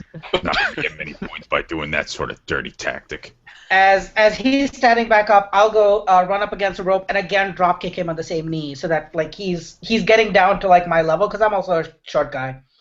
And then I'll keep basically running off the ropes, and I'll do a clothesline and you won't fall over, and then I'll run back and I'll do another drop kick and nothing happens. But you're like tipping the whole time, but you get back up every time I come back. And the last time I'll just do a Hurricane Rana, and then that's when you'll fall over. So I don't know if I think that's a plus work as well. Or should I keep continuing? Well, do you want to continue to build up? I mean, I think that's, in this context, it seems to be more of a look thing, because you're more like showing off a high-flying move against a technical guy. Yeah, okay. I'll roll flesh look. We'll see what happens. Yeah. Now see, Jesse, this is Bolt's version of wrestling science. The blows to the knee, keeping Atomo off his feet, using his small size to his advantage. That's wrestling science. Yeah, but it's dirty and underhanded for a match that he created. This is supposed to be a collegiate-style wrestling match. I can respect him more for cheating in this match, but he's not going to win the match like this. All right. My look is 1, so I got a 7. I will take the 1 momentum and cede control over to Professor. Question real quick. My veteran move is put over, which I do when I'm showing vulnerability to an opponent. And given that he's working the crap out of my leg, I think I would like to put him over for the damage that he's doing. Like, as I get control again, I'm like limping and barely able to do it. Very much trying to show up the damage that Bolt has done. You're like grabbing onto the ropes to pull yourself up because your legs can't support your wrestling science weight. So if possible, it's not a normal wrestling move, but is this the place where I would use that move? Yes, totally. So you just you do those, alongside or instead of wrestling moves when they're appropriate, which is what you just did. So. Yep. All right.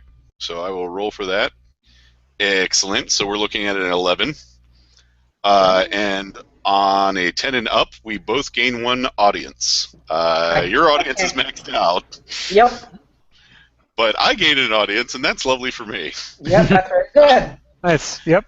The veteran is very very helpful. Likes to put other people over, make them look good. But if they're already looking good, you know. I like the thing that you rolled well on is being old. Let's see how good I make this other guy look. Oh, I nail it. Yep. Let's see how well he takes me out at the knees. Oh, he does it really well. Awesome. So the audience, you know, you're struggling your way to the up the ropes, and the audience starts doing the like, I don't know what you would call it, but like the clap, like not the slow clap, but like starts off with some people, and then it gets louder and louder as you go up the ropes, like clapping you up a little bit. Yep. Right. And you're like, you know, and I think, and you start getting a dueling chant on one side. You start getting the like, or you get Atomo, let's go Bolt. Atomo, let's go Bolt. The So, man like, can barely get to his feet. He probably should have buried himself and stayed buried. So at this point, I think we've had enough out of that particular announcer. So what's going to happen is that now that he's on his feet, the next time that Bolt comes running at him, Tomo just grabs him and flings him over top of the ropes and into the announcer who's talking smack the whole time. Nice. No one is safe as when Atomo is around. When he's announcing, when he's wrestling. He's more of a climate event than anything else. Awesome. Okay. Think about the wrestling, not the smack talk. Wrestling science is very volatile. This happens every game. Okay, so I think this is a big spot. Are you guys working together to make this spectacular, or is this something where you're just literally hucking him as hard as you can over the top of the rope? I would prefer to work together on it, but you know. I mean, if you called it, I'll work. He's a high flyer, so. Mm-hmm. Yeah, I mean, I think unless Bolt's like, no, I don't want you to throw me out of the ring, you guys can totally be working together on that, because it's a big, spectacular moment. Yeah. All right. Awesome. So you're going to roll plus your heat with Bolt for this one. Oh, sweet.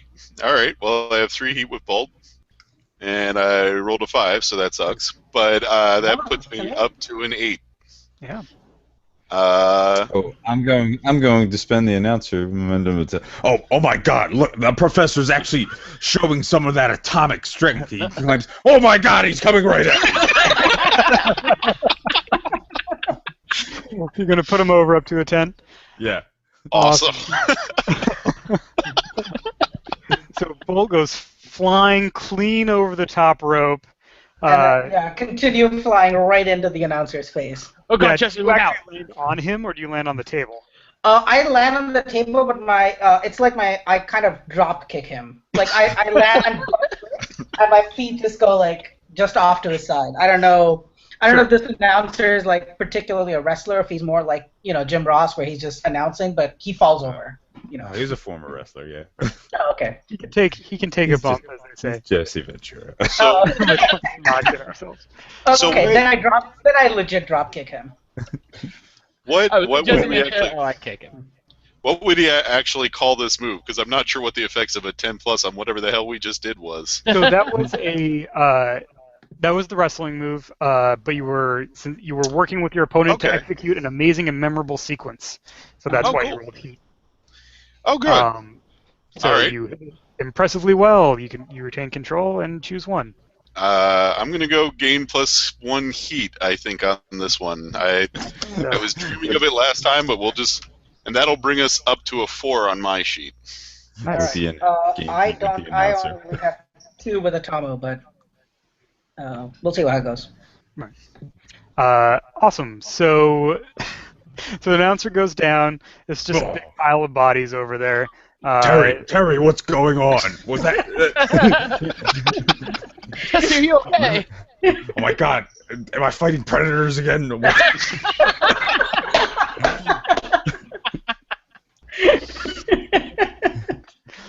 And I think if I'm still in control, I'll take this moment to work the audience, actually. think Instead that of makes sense. continuing to beat, I think he goes up on the lowest rope of the turnbuckle, because that's about as high off the rope as he wants to go. And, he holds up his hands. Are you not entertained? No. And he says the thinking thing. And then like, Atomo! Atomo! Right. So he's just working them up a little. Nice. So you roll plus audience for this. Alright, so I rolled an 8, and I've got an audience of 3.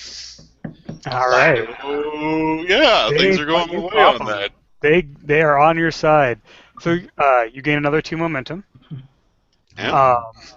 And the so the audience, they were doing the dueling chant, and then everyone just did like, oh, whoa, when Bolt hit the announcer.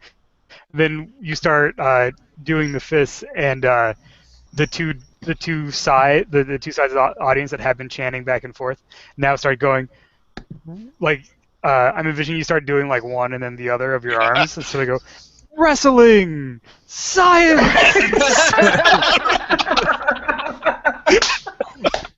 That's awesome. Reading them wrestling, science. Yeah, they're way more excited about the science. Yeah. Wrestling, science. Right. So Atomo is in the moment. This is where he was meant to be, by God. I think I am going to willingly let Bolt have control, because he has been awful game about the crap I've been dishing out to him. All right, kid. This is how this is going to go. And then you'll go get your shit. Admittedly, he's got a 4 audience. How much help he needs for the professor, I don't know. But I'm going to let him do what he wants to do while I'm up there grandstanding. Time to do it up. All right. So I'll make my way back in at about the 8 or 9 count. Under the 10, but just enough. And when I get back in, the professor will turn around, will face me, and we'll have a face-off. And then I'll actually go for the standard, shoulder-to-shoulder start of a wrestling match again. Mm-hmm. And we'll do that a couple of times, and professor will throw me every time. And the third time, as we go, I'll just do a leg grab takedown. I forget what it's called. The toe hold, like the drop toe hold. Mm-hmm. I'll do that, and then again, I'll start revving myself up, running off the ropes and doing like an elbow drop, and then running off the ropes and doing a senton, and running off the ropes and doing a splash of some sort. And then I'll pick up Professor Atomo. I'll throw him off the ropes. He'll counter, and I'll do the thing that I forget what it's called. It's a handspring back elbow. Like I'll put the hands, bounce my legs off the rope, and jump back into him. Sounds good to me. Awesome. So the crowd every time you drop an elbow or hit the ropes, there's like yeah. Yeah. And you're doing the sequence and executing these crisp maneuvers. So go ahead and roll plus work, I think, for this handspring back elbow. All right, that is a 4, awesome. which is pretty terrible. So I'm going to spend all of my momentum to make it a 7. All right. Yeah. Well, let's see if nothing wants to put you over on this. Oh, unless you guys want to put me over, I guess. No, not yet. I'm just climbing up in my seat. Try pick me in the face. He's lucky I was there to soften his fall. I'll put myself up to 7. I'll gain a momentum, and it's back to the professor. All right, and that was not a 10, so you do not gain a point. I don't get a point. The point score is still Professor leading by 1, and they have it like in big numbers up on the Titantron. Oh yeah. Yep. So awesome. All right. I feel like the announcer wants to say something, so I'm going to let him do it. He keeps reverting to the handsprings and the flips, and he's got to realize that's not the wrestling science that's going to win him this match, Terry. Well, I think Bolt has the speed on him, and I think if this match comes down to it, Bolt's gonna have him on stamina. Atomo needs Molasses in January has speed on the professor. I got more wrestlers I could throw at you, pal. Yes, you better watch yourself. He might grab someone from the back and throw him over. He can't hear me. He's got to pay attention to the Bolt. He can't hear me. All So, right, to you, Professor. all right, so the professor kind of wipes off the blood from his nose from having just taken a little bit of an elbow, and it's clear that Bolt is now using his superior agility because the big man is a little bit rough now. He's older, his knee has been worked, so Bolt's doing his various flips.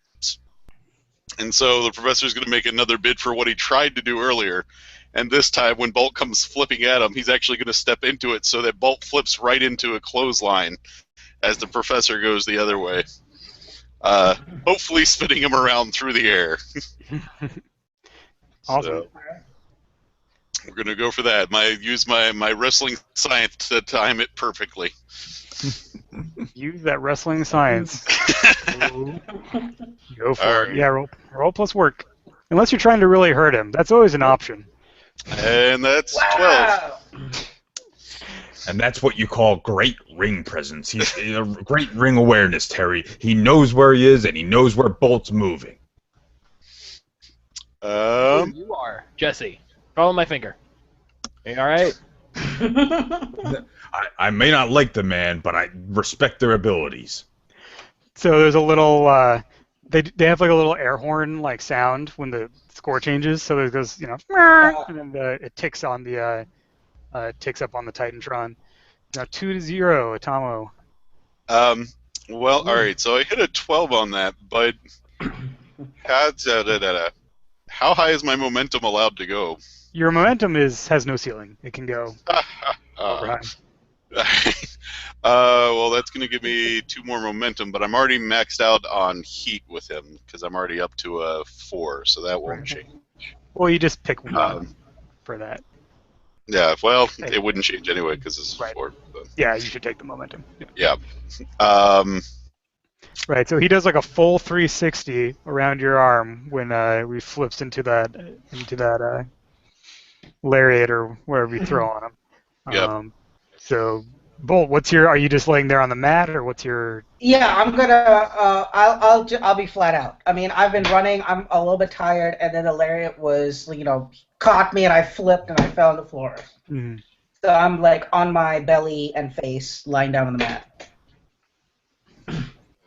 Well, he's not going to win the match laying there, sleeping it off.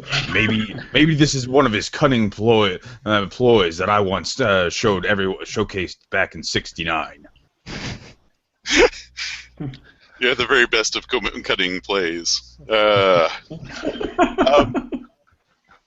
Well, I think, man, I feel like we've done a lot with this match. Yeah, I feel like this could go. I think this can go into an ending sequence. I mean, at this time, unless you guys want to work it back the other way, I think we're going to be calling this one for Atomo. Yeah, that's fine. I think it makes sense given how it's. I want to get work back the other way. I'll tell you the way I kind of want to finish the match, because I do want Bolt and Atomo to end up more or less on the same page, is that I would go through the finisher, but I think I will take a moment afterwards and try to use a mic and say, "You showed me something, kid," kind of whatnot. If that's all right. Yeah, for sure. So I think so we'll go ahead and do your finisher. All right. So what is Professor Atomo's finisher? That'll be the Atomo bomb. So of course. Get him up, flip him down. Mm-hmm. So yeah, and I rolled a 10 on that. So you don't even need any of that ridiculous amount I of have momentum. all this momentum. Come on. If I may, so you throw me on the ground, and I get back up on my feet, and then fall over again. Like the momentum from the drop was so much that I make it all the way back up and down again. Yeah, And there, Terry, that's the power of the Atomo bomb. that's the animated GIF of the night out on Twitter. Excellent. So on a 10 and up, you hit your finisher clean. Choose whether you or your opponent gain 1 audience. And my opponent already has a maxed out audience. So that would be me. And that I means mean, you I can get go. him if you want. It wouldn't change his number. It would just Yeah, that means I go down to 3 now, right? Because he went up to 4. yes. That is correct. You take that top spot. Kaboom. So you hit him with the finisher, but you don't have to actually pin him, right? Because that's not how you win the match. But it is kind of serving the same purpose here. So you hit him with the with the Atomo bomb. He's lying there, and the ring announcer they play the air horn again. I think maybe because things are always better in threes, they flip to another point, and they say, "There you go." Professor Atomo has gained 3 wrestling science points and is named the winner of this wrestling science match. I have to say, Terry. So What do you have to say to Terry? I want to hear it. I have to say, Terry, I was riding high off what Joey Crack was saying earlier in the show, but Professor Atomo really showed us all the power of his science. I mean, he was able to take one of the most popular wrestlers in the business. He took him to the extreme. He mopped the floor with him. The professor seems to be doing better than he ever did in his youth. No, Atomo here definitely showed the value of experience over raw power. I think if Bolt had been able to channel his reversal in the middle of the match there, he might have been able to turn it around, but Atomo just had the experience on him, and I think he might have had this match won before it even started. All right, Atomo, what was your post-match deal? I punched Jesse in the face. Just walk. You never turn the mouse table and you just hear. Oh God. Atomo out. I think he gets the microphone and then he helps Bolt up to his feet, and he's like, "Bolt Bradshaw, I want to tell you something." He's gonna lay it into him right now, Terry. I can tell. I've made a lot of keen observations, a lot of critiques about your style, and I believe they're all valid. I believe up until now, up until this night, you were not beginning the path to true wrestling professionalism. You were not truly thinking of wrestling science. But in this ring, here, tonight, in Rhode Island. Oh, God. Yay! Atomo! Atomo! Go I ahead. believe you've taken the first steps to what could be a great career by challenging me in my own house, by challenging me with wrestling science. I believe you're a greater person than you once were. And I would like to help you achieve that greatness. And I think he'll, even though he earlier took advantage of your offered hand, he will go ahead and try to actually offer you a hand again. And we'll see how that goes for him. Okay. I mean, is there a roll or? No, you don't have to move. So this is just a little narrative mirror. It's up to you how you accept it. Well, the camera zooms in on me. I'm breathing really heavily. I'm kind of holding myself, like, even though I'm kind of standing up, I'm hunched over. But I'll look at him just with this, like, total surprise on my face, like that, after I challenged him and shit talked him a little bit, he'll offer me, and I'll just take his hand with both of mine and be like, sure. No. This disgusting Terry.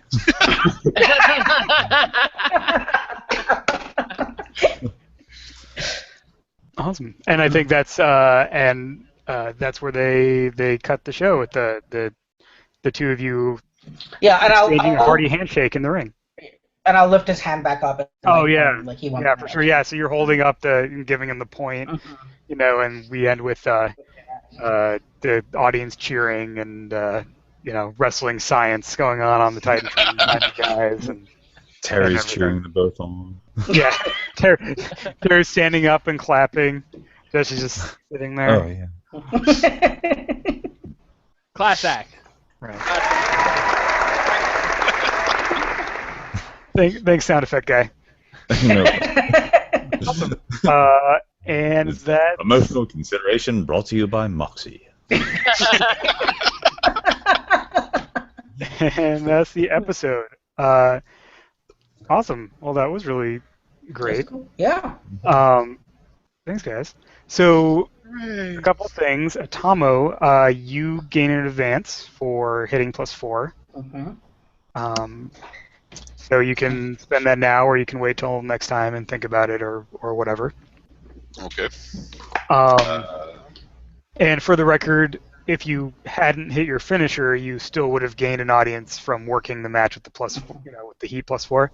So, but they don't stack in the sense that it maxes it +4. But yeah, you guys were hot and you rolled really well, and that was awesome. Did anyone else? Were there any other audience things that I missed during the course of play or advanced things? I think Atomo's and my feud is just beginning, so... Yeah, I think so too. That was not the end. That was not the end. That was merely the beginning. Professional rivalry, yes. Yeah. Awesome. And I didn't get to spend my Alright, one bolt. Since this is an ongoing game, I think this is probably the best time to take a look and see who you did not interact with this episode. And you use a heat with them if you have any. I have a heat with Razer, so I guess I end up losing that. Yeah, because you guys didn't interact. No, we haven't interacted at all. Yeah. And I have 2 heat with Reaper too, so I guess I lose one of that. Yep, that goes down to 1. So yeah, so I mean, it's only. Basically, all my heats are going to go down by 1. Oh yeah. Mine. I have a heat with Blind Man, but I feel like we just kind of last episode was when we did our thing, so I don't feel like it'll go down. I just reset it from 4, so. Right. Yeah, you guys just reset. Yeah, you can say. I mean, the floor. This is still something that's a little wiggly. Whether the floor on heat is 0 or 1, Okay. I think the floor should probably be 0. Right, but I just reset last time, and we did fight last time. We just didn't interact this time because. Right. Johnson's Yeah. here. So the rule as written is it's anyone you didn't interact with last episode, but instead of doing it at the beginning of the next episode, since I have you guys all here, we're gonna do it for. And maybe I think that might be how the phrasing should be for it. It's still a little weird, but it's like at the end of the episode, anyone you didn't interact with this episode is who Right. you meet with, which I think might make a little more sense actually. Do it at the last thing, yeah. Yeah. So you're all going to lose. Anyone who has heat with Reaper, you're going to lose 1 with Reaper. If anyone had any heat with Brainberg, you're going to lose 1 with him. Yeah, I lost 1 with everyone except for Bolt. So. Yeah. Yep. And that's representing the we focus here. And we also while we're focused over here, we kind of forget about what happened over here until we come back to it. we also lose 1 with Brainberg. Yes. Sorry, not Brainberg. Aiden Anthony. Oh right, Sorry. if you had someone Yeah. Aiden. Yeah, because he hasn't come up.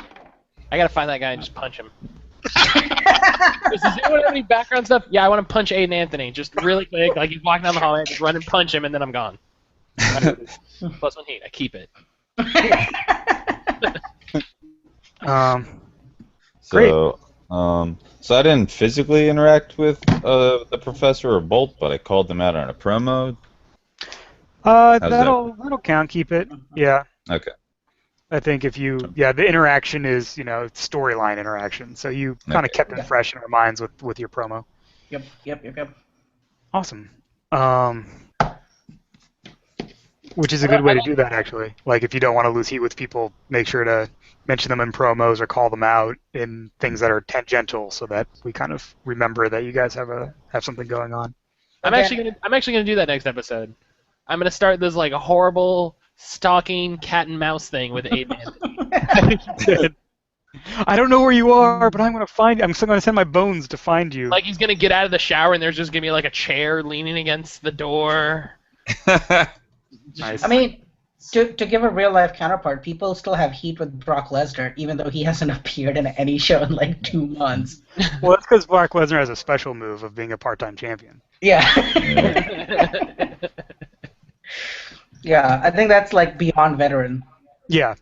No, that's like that's kind of the intention of making custom moves, right? Is like there are so many little specific things that become a signature thing for a wrestler or are a situation that only really applies to one guy or to like 2 guys. And so that's why the rules kind of have I mean, it's an Apocalypse World thing of doing custom moves, but in wrestling, how that applies is all those like specific things that are like everyone else you'd forget about, but Brock Lesnar we remember, because he's Right. He's back and you're like, oh, Brock Lesnar.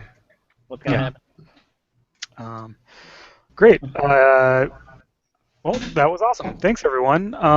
Thank you. We will do this again next time I am together to do it, which it looks like it's averaging out about every other week or so. We will do the next chapter of our unfolding story, I think, as long as we have the ability and desire to keep going, because this is fun. This is fun. Yeah. Thanks Thank for you, the guys. smack talk, Joey. That was No problem. Yeah. Man, every Tier time there's a of announcing. babyface wrestler and I'm playing Jesse, they go attack the announcer. Every time. Funny, I Announcer wonder needs what some the moves. I just yeah, when you just figure out, the participant announcer when you just play that as the character. it's a custom move. Like if Joey is playing and he is announcing like a jerk, roll Wait. plus power. Are you? On We're a giving 7 like. as you throw the other wrestler. Honestly, though, a great idea for pseudo run-in is just like the special guest announcer who also can spend the announcer momentum to put people over as well as like doing the other wrestling moves. Yeah, I think there's definitely room for stuff that's more like a one-session character, right, where they don't really have advancement stuff, but they have like those weird roles that are like yeah, for sure. There's a lot of room for expansion over time. We'll concentrating on getting the core knocked out for everyone, and then there will be more. Jesse Ventura. So let's wrap this up. Thank you, everyone. Thank you, our viewers, for this show. I hope you're entertained. Thank you very much for sticking with us. I had a lot of fun. I think we had a really solid session. This is where it starts to feel like things are really gelling for me as creative, where we're starting to get some momentum behind storylines, and I'm starting to get a better sense of the characters and what's going to be fun to see them do, and what maybe I don't need to worry about so much. If you're watching this and you're not familiar with the game, ndpdesign.com/playtest is where the current and perpetually free and available beta playtest document is, which is fully playable and able to use at your own table. I'm currently working on the final text for the final release of the game, or the public release of the game. And thanks again to my Kickstarter backers for funding that. You can find us, search out Worldwide Wrestling RPG on Google Plus to join the community and check us out there, join our conversation there. And you can find me on Twitter at ndpaoletta, my last name, and hit me up there, or whatever you want. Go visit his Patreon. Yes, and you can find me on Patreon at patreon.com/ndpaletta, which is where I'm releasing short games, weird experimental stuff. The beta for this, the reason it's free now and forever, is because my Patreon supporters contributed to making the beta playtest happen earlier this year. So that's a great way to check out my other work and support me in my continuing ongoing game design and artistry endeavors. You guys, are you guys up to anything? Have any little plugs you want to throw in since you have a little platform here? I have two I'll throw out, actually. One is, if you're into American Freeform, the Golden Cobra contest is still going on up until the 30th. So submit your scripts, because I'm going to. And I'll also stump for my friend Steve and No Country for Old Cobalts, which is still going on for kickstarting. He's up to stretch goal 3, I think, right now.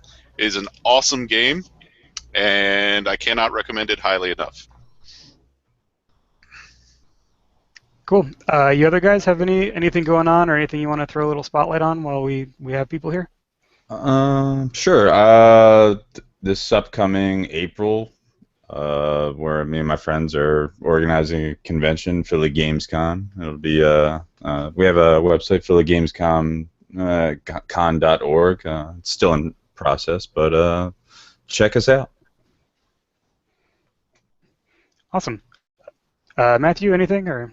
Yeah, it's not me specifically, but it's a charity I'm involved with, the Jack Vassell Memorial Fund. Their 2012 charity auction just started over on BGG. A lot of people are putting up cool stuff. If you don't know, Jack Vassell Memorial Fund is for Tom Vassell, the guy who does Dice Tower. It's a really cool board game website. It's a memorial fund for his first son, was born premature, and they set up a memorial fund. They use it to help other families of board game designers and prominent board game personalities, help them in times of need. 100% charity. There's no oversight funds, anything like that. No one makes any money off of this. It's all charity.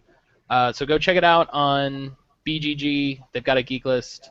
People put up all kinds of cool stuff, but yeah. Awesome. That's great. I should check that out. I didn't know about it.